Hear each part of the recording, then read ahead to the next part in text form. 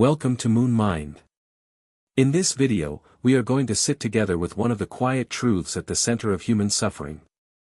Sometimes the thing exhausting us is not what we lost, but the effort of trying to hold it still. For a long time, something has been clenched inside you. Maybe it is a person whose absence keeps echoing through your evenings. Maybe it is a future you built so carefully in your mind that you cannot stop reaching toward it. Maybe it is an old version of yourself you still carry long after life has already moved on. And maybe you did not even realize how tightly you were holding it, because the tension slowly became familiar. It blended into your breathing, into your thoughts, into the way your body moves through the day. Tonight is not about forcing yourself to let go. It is only about seeing clearly. Over the next few hours, we will gently explore the hidden weight of attachment, the quiet exhaustion of mental grasping, and the possibility that peace begins not when life becomes perfect, but when the hand finally softens around what was never fully ours to keep. More than 2,500 years ago, beneath the branches of a tree, a man sat still enough to watch the movement of his own mind. He noticed how the mind reached for pleasant things, how it resisted painful things, how it tried endlessly to secure what could not stay secured. And in that careful watching, something extraordinary happened. The gripping began to loosen. The teachings that emerged from that awakening were not abstract philosophy. They were deeply practical observations about the human heart. About fear. About longing. About the suffering created when we try to freeze life into permanent shapes. Tonight, we return to those teachings slowly. So wherever you are listening from, let the room soften around you. Allow the lights to dim a little if you can. Settle into your chair or your bed. Let your shoulders lower just slightly. I am grateful you are here. Somewhere tonight, someone is still staring at a glowing screen. Maybe it is you. The same conversation has been opened again and again. A message from hours ago is being reread like a puzzle that must contain some hidden meaning beneath the words. The mind searches the pauses, the punctuation, the timing. Maybe they sounded distant. Maybe they meant something else. Maybe there is still hope hidden somewhere between the lines. But the screen remains unchanged. The phone darkens. The thumb taps it awake again. Still nothing arrives. And somewhere else tonight, another person is gripping something entirely different. A memory they revisit every morning before the alarm rings. A sentence they never said to someone who is no longer there to hear it. An identity that no longer fits, but still feels impossible to release because it once defined their whole life. Different stories. Same movement. The hand closes. There are many forms this gripping can take. The hand that replays old conversations, searching for the exact moment everything went wrong.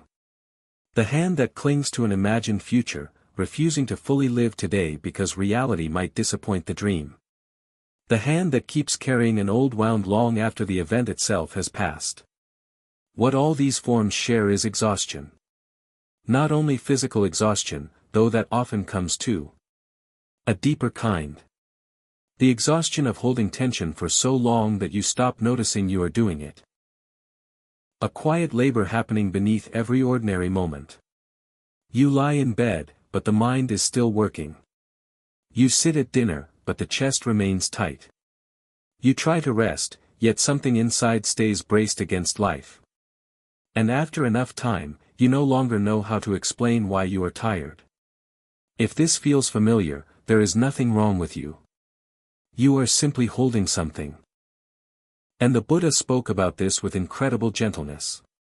He taught that much of human suffering comes not only from pain itself, but from the mind's desperate attempt to resist change, secure certainty, and cling to what cannot remain unchanged. He called this suffering dukkha. Not just dramatic suffering, but the subtle uneasiness woven through ordinary life. The tension beneath pleasure because pleasure ends. The anxiety beneath love because loss is possible. The restlessness beneath achievement because the mind immediately reaches for the next thing. Even beautiful moments often carry a hidden fear. Please don't leave. And then came the second truth. The one that changes everything. The Buddha said suffering has a source. Not because life is punishing you. Not because you are flawed. Not because the universe singled you out for pain. The source is grasping. The tightening. The mind reaching toward experience and trying to hold it still. Pause with that for a moment. Because most of us tell ourselves a different story.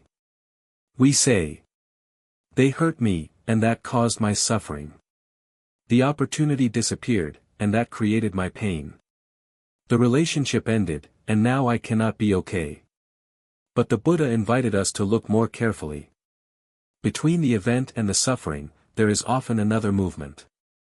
The grip. Something happened. Then the mind closed around it. The event may have lasted a moment.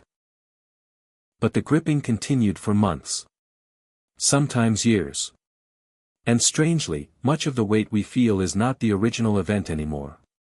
It is the ongoing effort of mentally holding it. This is not blame. It is actually hopeful. Because if suffering were only caused by events outside you, then peace would always depend on controlling the world. But if part of suffering comes from the gripping itself, then something becomes possible. Awareness. Softening. Freedom. Not freedom from grief. Not freedom from caring. But freedom from the exhausting squeeze around reality. There is an important difference between love and clinging. Many people confuse the two. Real love is spacious. Clinging is fearful. Love says, I cherish this. Clinging says, I cannot survive without this remaining exactly as it is. One opens the hand. The other tightens it. And the tragedy is that we often mistake the tension for proof of devotion.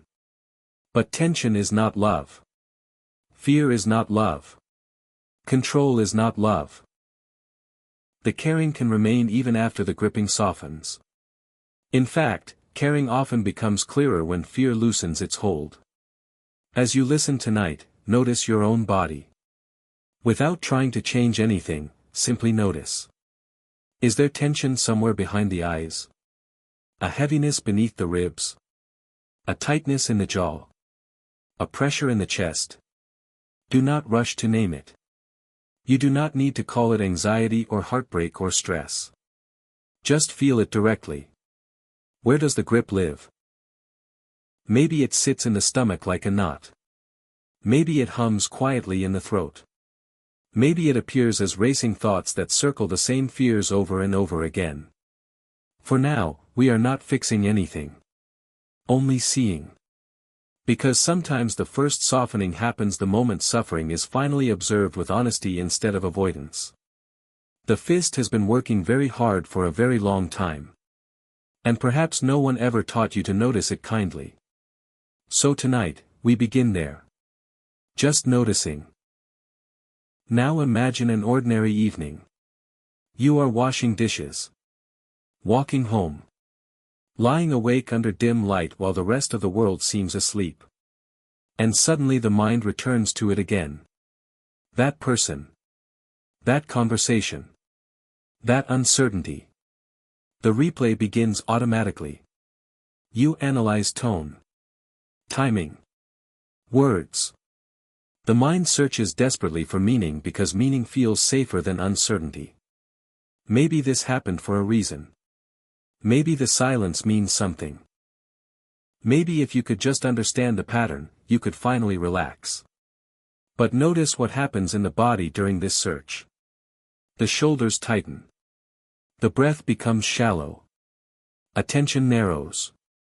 The mind starts constructing entire emotional worlds out of tiny fragments. And slowly, exhaustion grows. Now imagine another possibility. The event remains exactly the same. But the mental story surrounding it begins to quiet. The silence becomes simply silence. The unanswered message becomes only an unanswered message. Not cosmic punishment. Not destiny. Not proof of your worthlessness. Just conditions unfolding. The Buddha described life as a vast web of causes and conditions. Things happen because countless conditions come together to make them happen. Rain falls because clouds formed. Clouds formed because oceans warmed. Oceans warmed because the earth moves through cycles far beyond any individual person. Life unfolds the same way. A person forgets to reply because they became overwhelmed. Because their attention shifted. Because their own fears arose. Because they are human. Not because the universe held a secret meeting about your value. There is great relief in seeing this clearly. The drama shrinks. And when the drama shrinks, something unexpected appears. Space. Breathing room. The possibility of responding wisely instead of endlessly interpreting. Tonight, notice the tiny pause that exists before reaction. A thought appears. A feeling follows. Then comes the reaching. The urge to check the phone. To reopen the memory. To rehearse the conversation again. But between the feeling and the reaching, there is a small doorway.